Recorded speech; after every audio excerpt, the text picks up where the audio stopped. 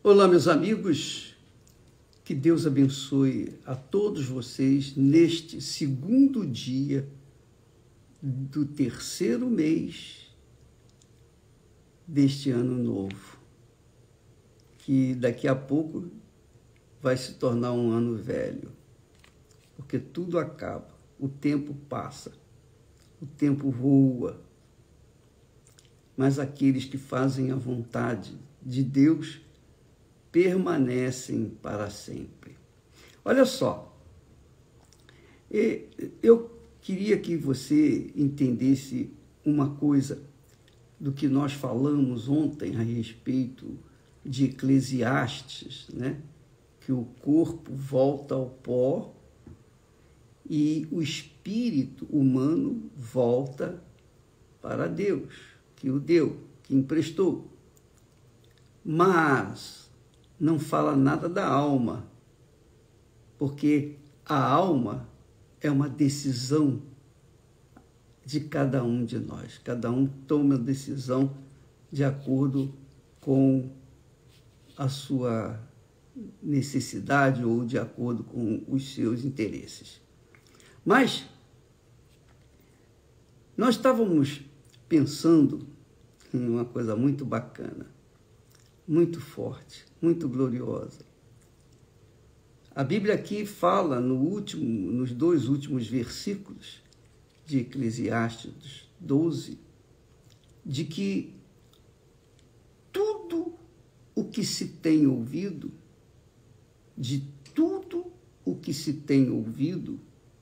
o fim é.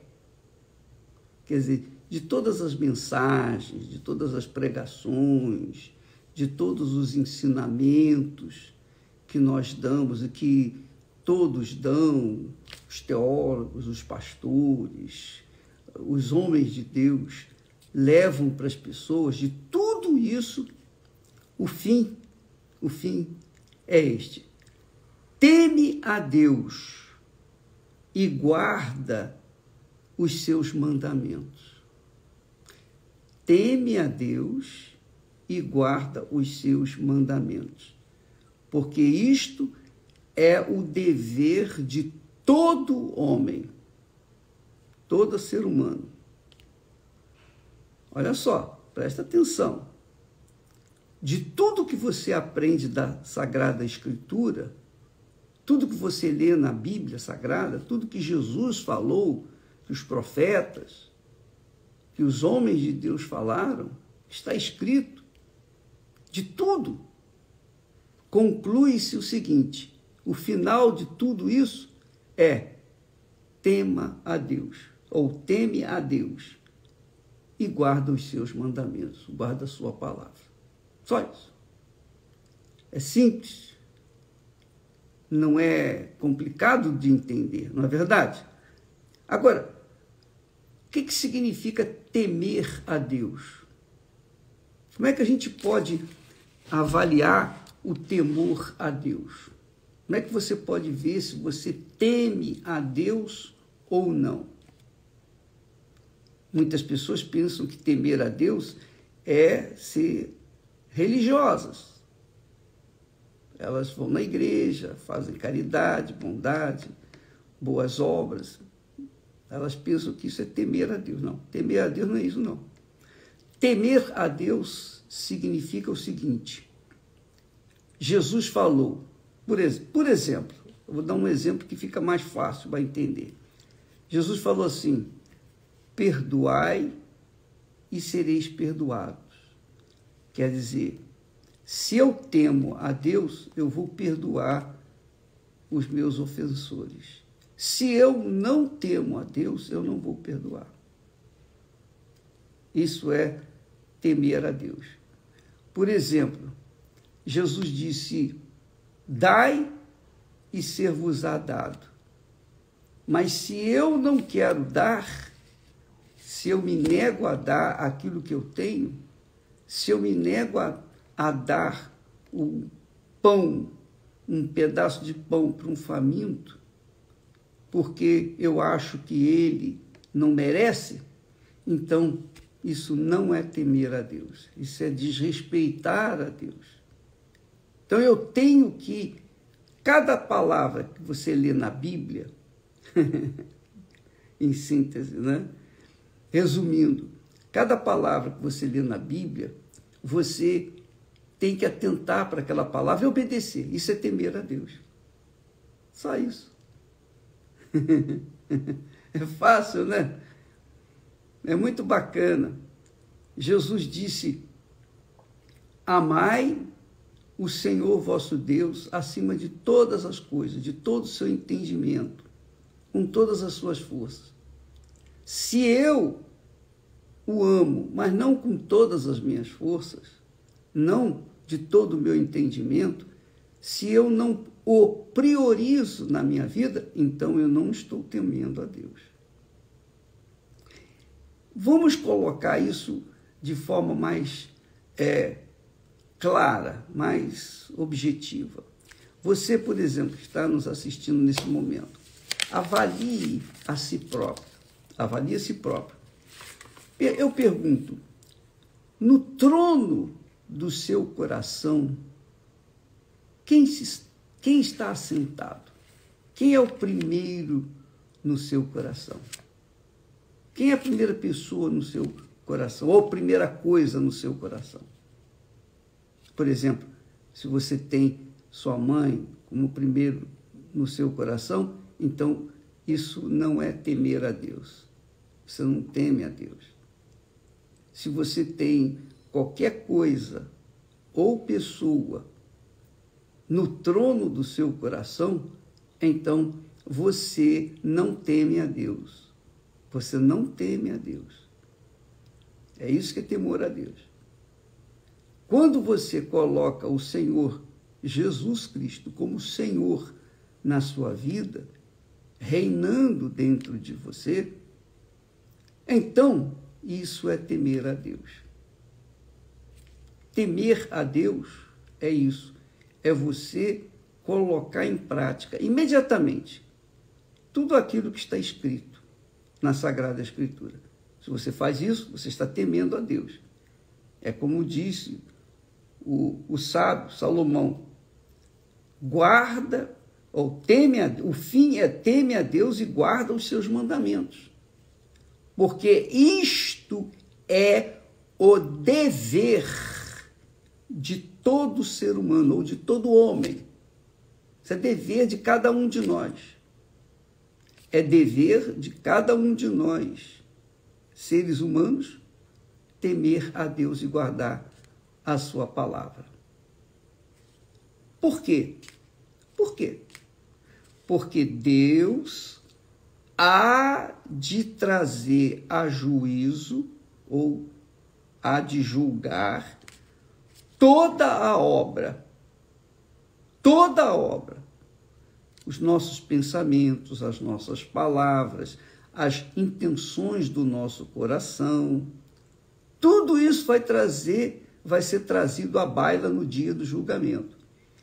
Deus há de trazer o juízo, ou a juízo, toda a obra, até que tudo esteja encoberto, quer seja bom, quer seja mal, vai ser trazido. Tudo que está escondido dentro do coração, às vezes você não sabe o que a outra pessoa está a pensar, mas Deus sabe e fica registrado lá no céu. Os nossos pensamentos, as nossas intenções, as nossas palavras, nada disso vai se perder, nada disso se perde. É o que diz o texto aqui. Deus há de trazer a juízo toda a obra, até tudo o que está encoberto. Tudo que está encoberto, quer seja bom, quer seja mal. Quer dizer, tudo vai estar esclarecido no dia do juízo. Então, quem tem juízo,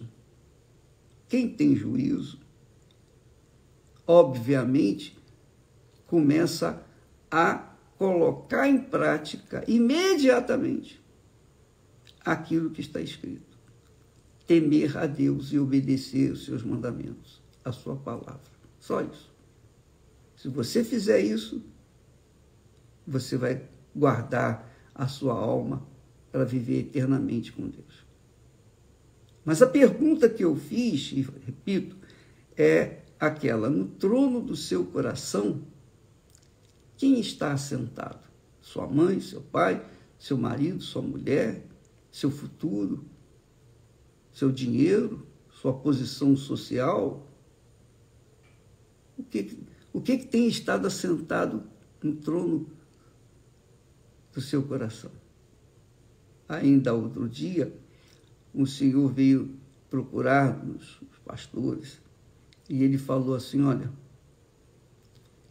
eu perdi tudo que eu tinha. E ele mostra a foto dele com grandes, ilustres pessoas deste mundo, pessoas que fizeram fama. E ele mostra: olha, tá vendo, eu era um homem bem-sucedido, eu perdi tudo, até a minha dignidade eu perdi.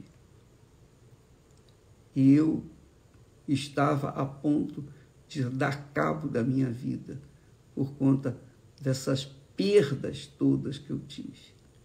Quer dizer, ele chegou a uma situação que não tinha mais o que fazer da vida dele, queria se matar. Mas o Espírito Santo, obviamente, o guiou até a Igreja Universal. Ele veio, falou com os pastores, recebeu uma palavra de fé, pronto, começou uma vida nova. Você vê que quando nós observamos a palavra de Deus, as coisas dentro de nós mudam. Muda o interior, muda o exterior. Quando o interior não muda, continua o mesmo, então o exterior vai continuar cada vez pior. Então, quem é sábio cuida do seu interior infinitamente mais do que o seu exterior. Porque o exterior vai ficar por aí, vai virar pó. A sabedoria que Deus emprestou volta para Deus. Mas a alma, cada um tem que decidir por si só. E, obviamente, no dia do juízo, vai acontecer exatamente isso. Deus vai cobrar de cada um de nós, aquilo que Ele nos deu. Ele nos deu espírito, emprestou espírito, nos emprestou uma alma e nos emprestou um corpo. Então, o corpo volta para o pó. Já está definido isso. O espírito volta para Deus, que é a sabedoria. Mas a alma, Deus nos emprestou e vai pedir contas de tudo que a alma fez ou deixou de fazer, de tudo que a alma falou, sentiu e colocou a sua força neste mundo. Vai ser a alma vai ter que dar, a alma de cada um de nós vai ter que dar conta. Está aqui escrito. Porque Deus há de trazer a juízo toda obra, tudo. Pensamentos, palavras, ideias, inclinações, tudo. Não vai deixar nada de fora, zero. Até tudo o que está encoberto. Quer seja bom, quer seja mal. Pense, minha amiga, meu amigo. É claro que, humanamente falando, ninguém seria salvo se não houvesse Jesus. Jesus deu a alma dele para resgatar a nossa, para salvar a nossa.